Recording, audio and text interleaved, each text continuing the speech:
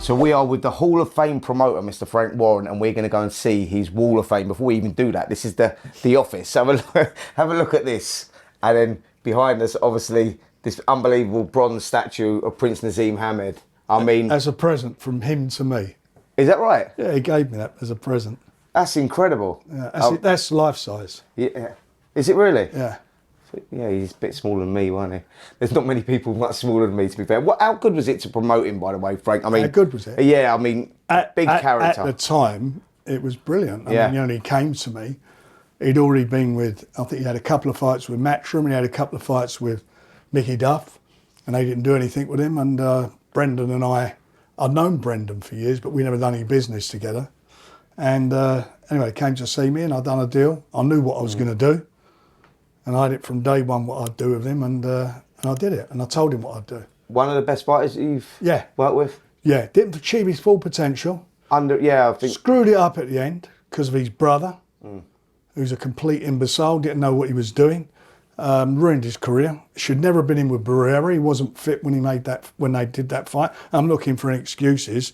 Maybe if he was fit, he wouldn't have beaten him, but he certainly wasn't fit. But he made, they just screwed up the career because people...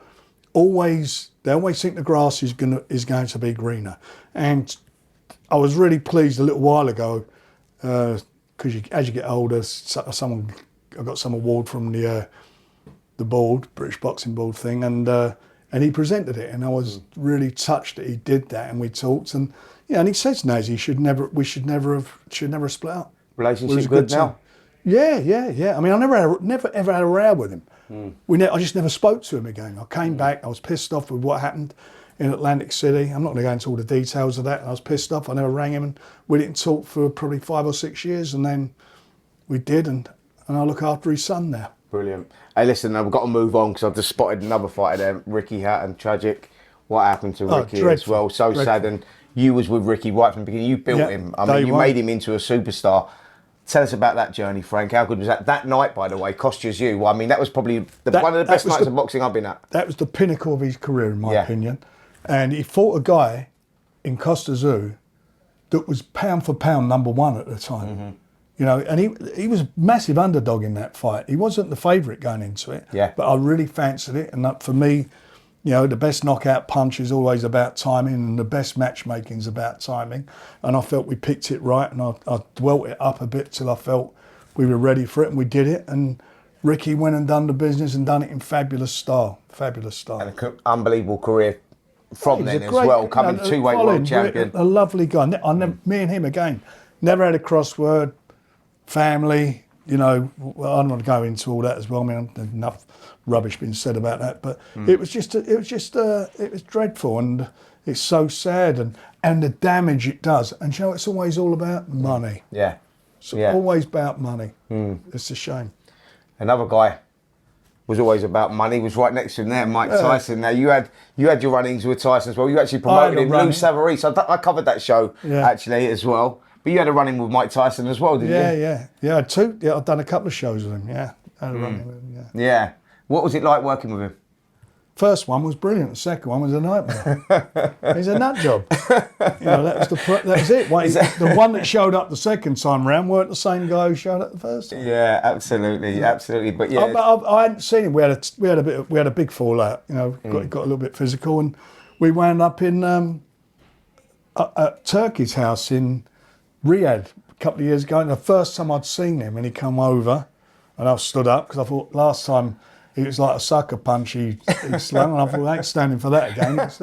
And he just come over and he said, I need to apologise, and that's what it was. Wow. But so when he come up to you out in Saudi, was it one of them? Did you take your stance or? I'm too old to be doing that, but I ain't going to back down from anyone. I haven't done it. I'm certainly not going to be doing that. But not that I'm looking to have a tear up with him. But absolutely. And Joe Calzaghe, we've got to mention Joe as well. Joe, as a fighter who's absolutely retired, is the best fighter out of all of them. Yeah, is that right? Yeah, undefeated. And again, could have done much better. Could have done much better, but what he did was tremendous. Once he was in the ring, what a warrior. And you look at, again, fights that all these fighters we're talking about, Naz, Ricky, him, he was a massive underdog going in with Jeff Lacey. A massive underdog. I mean, you know, you could have got good odds on him to win that fight. And done the job. Again, I fancied that fight for my life, him and Joe. Was that the single best performance that you've had from a fighter that you've promoted there? Because like you say, Jeff Lacey, I think, was the American golden boy coming over, and he come over to beat world Calzaghe. champion. Absolutely. This was a unification Calzaghe, fight. huge underdog, and Calzaghe absolutely destroyed him. And that ruined Lacey's career, didn't it? He was never the same. They should have pulled him out. They let it go on too long. He destroyed him. And going into the fight, he was going to pull out about a week before the fight, I think it was. His dad rang me, his late father, and said to me, he's injured. And we'd already postponed it. I went, oh, what can we do? I have to cancel it. He went, no, there's nothing wrong with it. It's in his head. He said, you call him. I said, what do you mean it's in? He said, I'm telling you, Frank. So if his dad's telling me he's okay, I've got to accept he's okay. Yeah, of course. So he answered the phone, hello, and he was all a little bit down. And cut a long story short, as we were talking, I'm talking to him. I said, you only need one hand. Yeah. I said, this fella, it's left hook Lacey. I said, all you need to do is jab. I'm going to buy you a trombone. That's all you need to practice on. I said, you were jabbing silly. He went, and in the end, it was like he wanted to fight him there and then. Yeah. And he was lifted. And on the night, he threw more punches, I think, the statistics, than anyone had thrown for God knows how many years in a ring. And I remember he took his gloves off, and I went to him and squeezed it hard as I could. He never moved. Really? Oh, that's mad. Look, and this is just, by the way, in the hallway here. I mean, look, steeped in history, but even more history in the office here. Frank Warren's office. Frank, can we go into the office? Yeah, cool, mate. Brilliant. And there you go. Look at that. This is the office. I mean, this is incredible. Frank, firstly, these two belts up here, are they any fighters' belts? Or? One of them is a Mike Tyson belt, and I can't think. You know what? I can't think what the other one is now.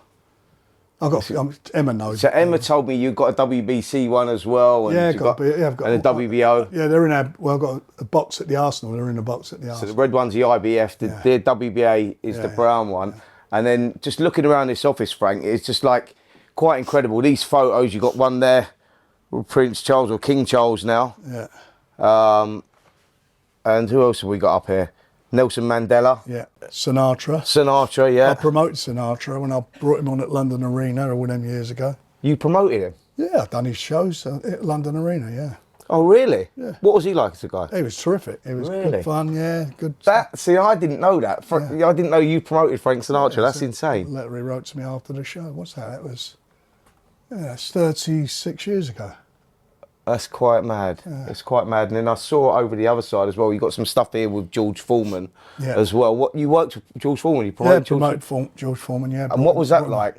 He was good as gold. It was the second coming of George.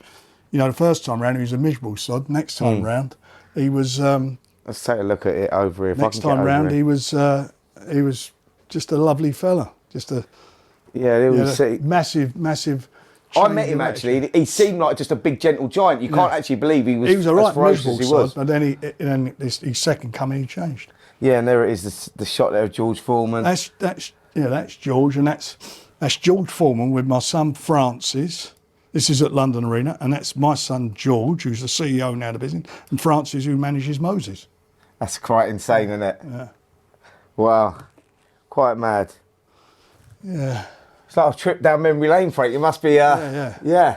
And then one here, look, the greatest. Yeah. Muhammad Ali. Right. So you said that you sort of... See, I love Larry Holmes. Larry Holmes. Yeah, and then let's move on to your beloved football. That's the Arsenal. You know the Arsenal. Absolutely, mate, absolutely. So where was we? We was at a game, weren't we? I was in Steve Purdue's box. That's right. That's right, Steve Purdue invited me. And there was... Frankie Dettori. That's right. Jake. Yeah, Jake Wood. There's a few yourself, Francis. Yeah, it was a great day, that. Yeah. Amazing day. So, Arsenal won as well. Yeah, they did. I remember you being in a good mood, actually. Yeah, but fascinating. It's great for you to give us an insight into this, really, and letting us into the office, Frank. Pleasure. Doing all that. It's an absolute pleasure. Thank you so much.